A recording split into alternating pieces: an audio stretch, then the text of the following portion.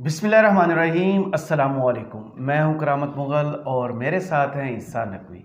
नकवी साहब, पाकिस्तान में एक तरफ सियासी महाज, दूसरी तरफ माशी महाज, जो लोग रियासत पर सियासत को कुर्बान करने आए थे, उनके माशी महाज की क्या सूरत हाल है? देखिए करामत मुग़ल साहब, वो कहते हैं कि अक्ल जो है ना, वो बादाम खाने से नहीं आती, वो सही। ठोकर खाने से ही आती है। और यहाँ पर सूरत हाल ये है, आप शहबाज शरीफ ने एक ट्वीट किया, उससे आप अंदाज़ा लगाइए कि जो लोग ये नारा लगा रहे थे कि हम रियासत पे अपनी सियासत कुर्बान कर रहे हैं, अपनी मकबूलियत खो रहे हैं, हमने इस मुल्क को बचाना है, वो अब इस सारी लड़ाई को उस मकाम पर लेकर आए हैं जहाँ पर बिल्कुल ऐसे ही है कि करामत मुग़ल साहब, अगर आप अल्लाह ना करे ऐसी कोई नौबत आए, लेकिन अगर आपको कभी मेरे से पैसे मांगने पड़ जाएं, आप मेरे से कुछ उधार मांगें और मैं आपके ऊपर शक करूं और मैं आपको कहूं कि आप नशा तो नहीं करेंगे, आप जुआ तो नहीं खेलेंगे, ये पैसे जो है वो कहीं गोलगप्पाड़े में उड़ा तो नहीं देंगे, मैं आप पे शक करूं, मैं आपसे कहूं अच्छा दवाई के पैसे मांग रहे हो, दवाई लोगे। जिस तरह आप आम तौर पे देखते हैं ना, आपके यहाँ को कोई आपके सामने मांगने आ जाता है, वो आपको दवाई का कह रहा होता है, उसके चेहरे पे लिखा होता है कि इसने दवाई नहीं लेनी, इसने कुछ और काम करना है। सही। फिर आप इस किस्म के डाउट्स उसका इजहार करते हैं। IMF ये खुद कहते हैं कि उसने लकीरें निकलवा दी हैं और इनके काबू नहीं आ रहा। जो 25 साल 26 साल का तजुर्बा, IMF should behave, world bank should behave, मुझे पता है इनके साथ कैसे डील करना है, ये उस मकाम पर आ गए। देखें, ये बहुत ही बुरी सूरत हाल हो गई है, लास्ट डिच एफर्ट। और ये मैं किसी और की बात नहीं कर रहा, पाकिस्तान में इकोनॉमी को समझने वाले बहुत चंद ऐसे रिपोर्टर्स हैं जिनके बारे में कहा जाता है कि यार इनकी बहुत ग्रिप है इस सब्जेक्ट पे। उनमें एक शहबाज राना साहब है, मेरे क्लास फेलो हैं, उन्होंने स्टोरी की इसके हवाले से, और वो स्टोरी अंडर रिपोर्टेड रही, क्योंकि जाहिर है कि आपको पता है कि इस वक्त पाकिस्तान में हैपनिंग्स बहुत ज़्यादा हैं, सियासत, और फिर एक के बाद एक प्रेस कॉन्फ्रेंस हो रही है, प्रेस क्लब में लोग पहुंच जाते हैं, कहीं और पहुंच जाते हैं, बिल्कुल एक जैसा बयान पढ़ते हैं, फिर वो तमाम चैनल्स को दिखाना होता है, फिर उसके फ़वाइद बताने होते हैं, उस पर सैर हासिल तबसरे करने होते हैं, तो फिर इस किस्म की खबरों पर तो तक नहीं पड़ती ना। सही। शहबाज शरीफ साहब ने हफ्ते के रोज़ जो मैनेजिंग डायरेक्टर हैं इंटरनेशनल मॉनिटरी फंड की, IMF की, क्रिस्टलिना जॉर्जीवा, उनके साथ रब्ता किया, और फ़ोन के ऊपर जो गुफ्तगू हुई है ना, उसके हवाले से अब जो तफसील सामने आ रही है शहबाज शरीफ के हवाले से, शहबाज राना कहते हैं कि ये लास्ट डिच एफर्ट है डिफ़ॉल्ट से बचाने के लिए। जो कहते हैं ना, आखिरी कोशिश आप करते हैं कि पाकिस्तान को डिफ़ॉल्ट से बचाने के लिए, वो शहबाज शरीफ साहब ने कर दिया। उन्होंने मज़ीद कुछ शराइत रख दी हैं, कुछ चीज़ें उन्होंने सामने रखी हैं। उसके बाद आपने देखा होगा कि इसहाक डार साहब ने बड़ा जल्दबाजी में एक इंटरव्यू दिया सलीम साफ़ी को जरगा पे, और उन्होंने वहाँ पर दो बातें तो बता दी। एक उन्होंने बता दी कि IMF ने हमसे बजट लेआउट मांगा है कि आप बजट क्या लाने जा रहे हैं, और दूसरा उनसे फॉरेक्स पॉलिसी मांगी है। जो नहीं बताया ना इसहाक डार साहब ने, वो मैं आपको बता देता हूँ। और बल्कि उससे पहले इंटरेस्टिंग ये है कि शहबाज शरीफ साहब का ट्वीट सुन लें।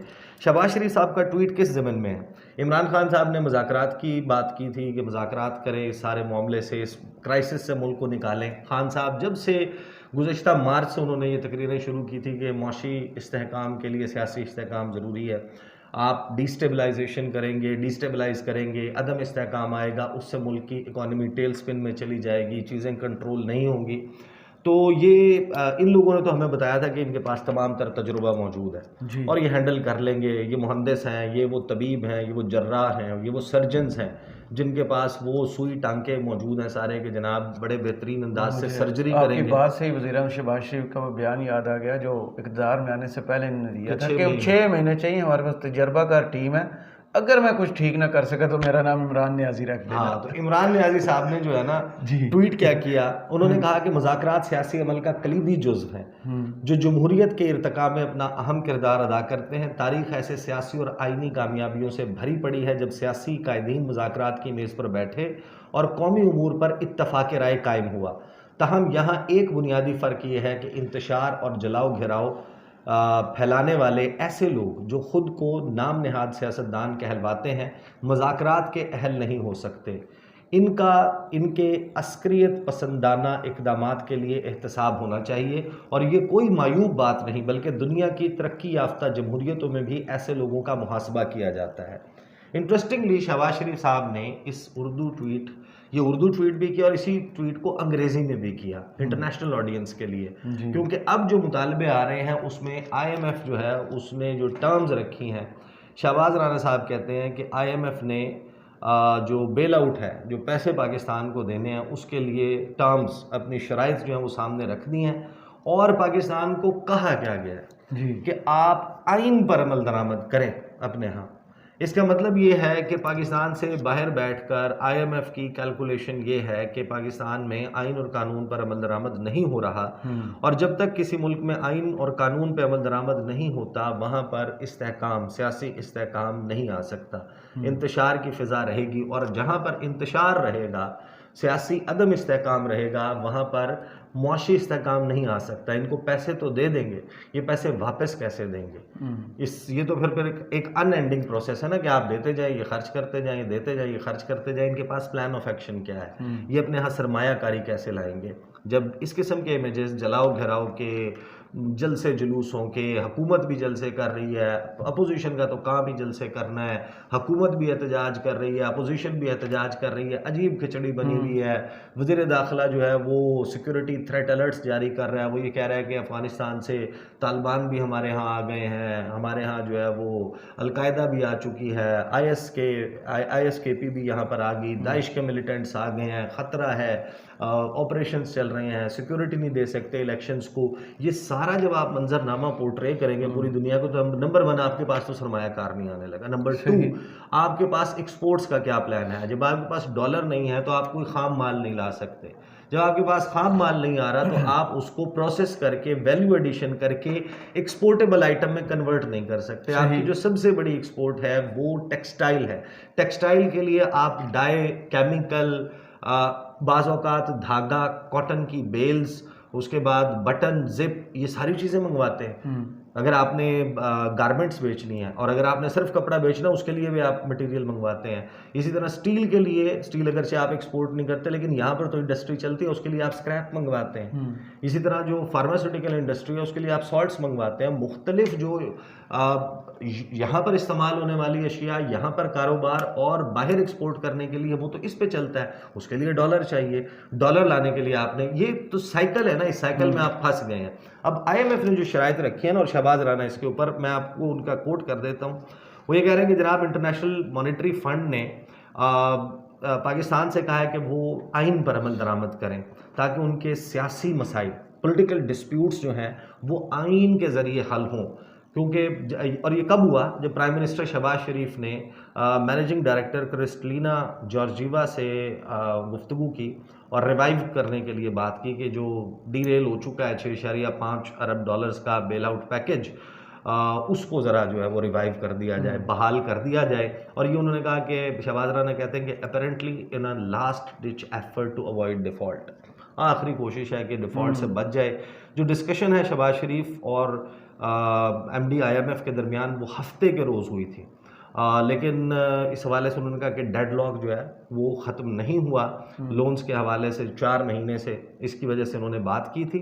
2 दिन के बाद जब ये हाईएस्ट लेवल कांटेक्ट हुआ शहबाज शरीफ और जॉर्जीवा के दरमियान, जो नेथन पोर्टर हैं पाकिस्तान में IMF के मिशन चीफ, उन्होंने एक बड़ा ही गैर मामूली अनयूजुअल स्टेटमेंट जारी किया।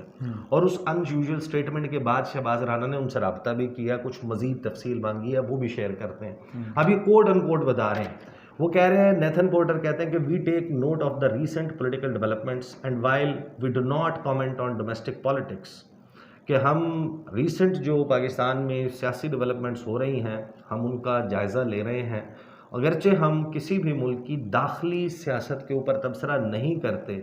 We do hope that a peaceful way forward is found in line with the constitution and rule of law। यानी नेथन पोर्टर कह रहे हैं कि एक पुरअमन वे फॉरवर्ड, आगे जाने का रास्ता आइन और कानून की अमलदारी के तहत तलाश किया जाए। तो मुझे तो यही समझ आती है कि जब वो पीसफुल वे फॉरवर्ड की बात करते हैं तो वो मुज़ाकरात की बात करते हैं। आफ्टर चाइना, ये बहुत बड़ी स्टेटमेंट, मुज़ाकरात की बात करते हैं, और ये मुज़ाकरात की बात IMF की तरफ से आ रही है। अब इस पे आगे जो है वो राना साहब जो हैं उन्होंने इस पर रिपोर्ट किया है कि जो क्रैकडाउन चल रहा है पीटीआई के वर्कर्स के खिलाफ एब्डक्शंस हो रही हैं, लोगों को उठाया जा रहा है और 90 दिन की कॉन्स्टिट्यूशनल लिमिट है इलेक्शंस के हवाले से 2 प्रोविंशियल असम्बलीज़ में, वो हो चुकी है। आइन के मुताबिक इलेक्शन नहीं हुआ, ट्रायल करने की बातें हो रही हैं मिलिट्री कोर्ट्स में आम शहरियों की अंडर आर्मी एक्ट। तो ये सारी स्टेटमेंट जो है उस तनाजुर में, उस बैकग्राउंड को जहन में रखते हुए दी गई है। अगरचे यूजुअली जो है आम तौर पर आईएमएफ इस किस्म की स्टेटमेंट्स जारी नहीं करता। ये बहुत स्ट्रेंज है कि इस किस्म के पॉलिटिकल मैटर्स पर आईएमएफ ने तबसरा किया है। फिर क्वेश्चंस उन्होंने कहा कि मैंने भिजवाए नेथन पोर्टर को, तो उन्होंने मज़ीद कंडीशंस जो हैं वो सामने बताई और रखी कि जनाब ये कंडीशंस भी पूरी होंगी तो फिर पैसे मिलेंगे। एक तो आइन कानून और ये सारा आप इसके हवाले से करें और पुरअमन वे फॉरवर्ड निकालें, क्योंकि उनको भी पता है कि जब तक ये कोई पॉलिटिकल डिस्प्यूट तय नहीं होता ना, स्टेबिलिटी नहीं आती, हालात ठीक नहीं होते और पॉलिटिकल इस वजह से डिस्प्यूट तय नहीं होगा, क्योंकि इन जमातों को पता है कि जो मुआशी कत्लेआम कर चुके हैं इस मुल्क में, इनके पास चेहरा नहीं है अवाम के पास जाने का। तो एक ऐसी सिचुएशन क्रिएट हो जहाँ पर इमरान खान हो ही ना, अपोजिशन हो ही ना, हम सारे जाएं और लोगों को वोट उन्हीं को डालना है जो मौजूद है गिवन, यानी कि आपके पास पेपर सामने, उस पर 13 नाम लिखे हों पीडीएम की सारी जमातों के, उस पर बल्ले का निशान और इमरान खान ना हो, तो फिर उसके बाद ऑप्शन ही जब कोई नहीं होगा, मल्टीपल ऑप्शन होगा, इनमें से चूज किसे करेंगे? नहीं, अब ये मल्टीपल चॉइस क्वेश्चन नहीं है ना जिसमें आगे आखिर में लिखा हो नन ऑफ दी अबव। अगर आप नन ऑफ दी अबव भी लिख देंगे ना पाकिस्तान के बैलेट पेपर पे और इमरान खान को नहीं लिखेंगे, आप उस बैलेट पेपर छपवाएं और उसके ऊपर इन सियासी जमातों का नाम लिखें और आखिर में लिख दें none of the above, Pakistan में नन ऑफ दी अबव जीत जाएगा। मैं आपको बता रहा हूँ, सूरत हाल ऐसी है, नन ऑफ दी अबव जीत जाएगा अगर ये इमरान खान को इस वक्त बिल्कुल आउट करके, उनकी जमात को, बल्ले के निशान को, तहरीक इंसाफ को आउट करके साथ में एक ऑप्शन लगा दें नन ऑफ द अबव, फिर यही होगा। आगे वो ये कहते हैं कि जनाब जो सोर्सेज हैं वो ये बता रहे हैं कि आईएमएफ ने आपसे आपके बजट का दस्तावेज भी मांगा है कि हमें बताएं जनाब आप बजट क्या देने जा रहे हैं। इसका मतलब क्या? इसका मतलब ये है कि ये जो कहानी है ना कि आवाम पे बोझ नहीं डालेंगे, इजाफी बोझ नहीं डालेंगे, रिलीफ देंगे, तो आइडियली तो जाहिर है कि जब कोई हुकूमत इलेक्शन में जा रही होती है तो वो ज़्यादा से ज़्यादा कहती है कि रिलीफ दे दो। अगली जिसकी हुकूमत आएगी वो जाने, जिस तरह खान साहब ने अपने जाने से पहले जब जहाँ पर पेट्रोल की कीमत को 10 रुपये बढ़ाना था, 160 से 170 पे ले जाना था, उन्होंने 10 रुपये कम कर दिया। कम करने के बाद लॉक कर दिया कि जून तक इसको तब्दील भी कोई नहीं कर सकता। काबीना से डिसीजन ले लिया, हालांकि नई काबीना आने के बाद उस डिसीजन को रिवर्स कर सकती थी। उन्होंने इस खौफ से नहीं किया कि उनको पता था कि नहीं, उनको ये लगता था कि हमें तो पता ही नहीं है कि हमने 5 दिन रहना है, 10 दिन रहना। अवाम का रद्द-ए-अमल जो आ गया था 10 अप्रैल को, याद नहीं क्या हो गया था, लोग जो तराने शराने चल रहे थे तो वो तो डर गए, कोल्ड फीट हो गए, तो वो तो ठंडे पड़ गए। उन्होंने कहा जनाब हमने ऐसा कोई काम किया, तो इस वजह से जनाब वो एक तो ये, और दूसरा आपसे फॉरेक्स पॉलिसी मांग ली है, जिसका मतलब ये है कि अब जो 9th रिव्यू है वो नहीं होता, 10th रिव्यू नहीं होता, और उसमें फिर पाकिस्तान के डिफ़ॉल्ट के चांसेस हैं। अब फ्रैंकली स्पीकिंग ये जो सिचुएशन है, खुदा न खास्ता पाकिस्तान डिफ़ॉल्ट की तरफ चला जाता है, यानी कि जो इमरान खान का बेस्ट चांस इस वक्त बन रहा है ना, वो पाकिस्तान का वर्स्ट चांस है। अच्छा। और ये सारे के सारे लोग मिलके इस मुल्क को उस नहज पर ले आए हैं। तमाम पॉलिटिकल एक्टर्स की बात कर रहा हूँ, तमाम स्टेट एक्टर्स की बात कर रहा हूँ, ये सब मिलाकर मतलब इतना बड़ा क्या मसला है, आपने इस हर शख्स ने इसको अपनी अना का मसला बना लिया। एक किताब मौजूद है ना, एक किताब मौजूद है, उस किताब की तरफ वो हरे पन्ने वाली जो इसका कॉन्स्टिट्यूशन ऑफ पाकिस्तान सरवर्क है, उसको खोलें, उसके प्रियम्बल पढ़ें, उसमें आगाज में जो लिखा हुआ है, इलेक्टेड रिप्रेजेंटेटिव्स ने, अवाम के जो मुंतखब नुमाइंदे हैं, उन्होंने इख्तियार को इस्तेमाल करना है। तमाम अथॉरिटी, तमाम इख्तियार खुदा की ज़ात का है, लेकिन मुमलिकत खुदादाद में इस इख्तियार को अवाम के मुंतखब नुमाइंदे उसके बिहाफ पर इस्तेमाल करेंगे। अब मुझे कोई बता दे ये क्या ऐसी कोई साइंस है कि मोहसिन नकवी साहब किस तरीके से को मुंतखब नुमाइंदे हैं? 3 महीने का तो आइन में मौजूद था कि वो निगरान रह सकते हैं। अब उन्हें आपने कितने अरसे मजीद रखना है? बातें चल रही हैं 2024 तक की बातें चल रही हैं, और वो उनकी जो काबीना के लोग हैं उन्होंने तो पर्सनल ले लिया। वो तो जिसे कहते हैं कि इतनी, वो नून लीग से भी ज़्यादा फ्रंट फुट के ऊपर, वो आमिर मीर के आप स्टेटमेंट्स देखें मतलब आपका मैंडेट है इलेक्शन वो घर से तैयारी करके आते हैं, मैं सिर्फ लड़ने जा रहा हूँ। तो ये सूरत हाल है। बहरहाल वो कहते हैं ना कि अकल जो है वो बादाम खाने से नहीं ठोकर खाने से आती है। मेरा ख्याल है इनका पूरा प्लान है कि जो इनको लोग बादाम खिला रहे हैं ना, बार बार बता रहे हैं कि ये चीज़ें करोगे तो मुल्क तबाही की तरफ जाएगा। ये नारा लगाते थे कि हमने जनाब अपनी सियासत को रियासत पर कुर्बान कर दिया, ये झूठ बोलते हैं। ये रियासत को अपनी सियासत पर कुर्बान कर रहे हैं। सही।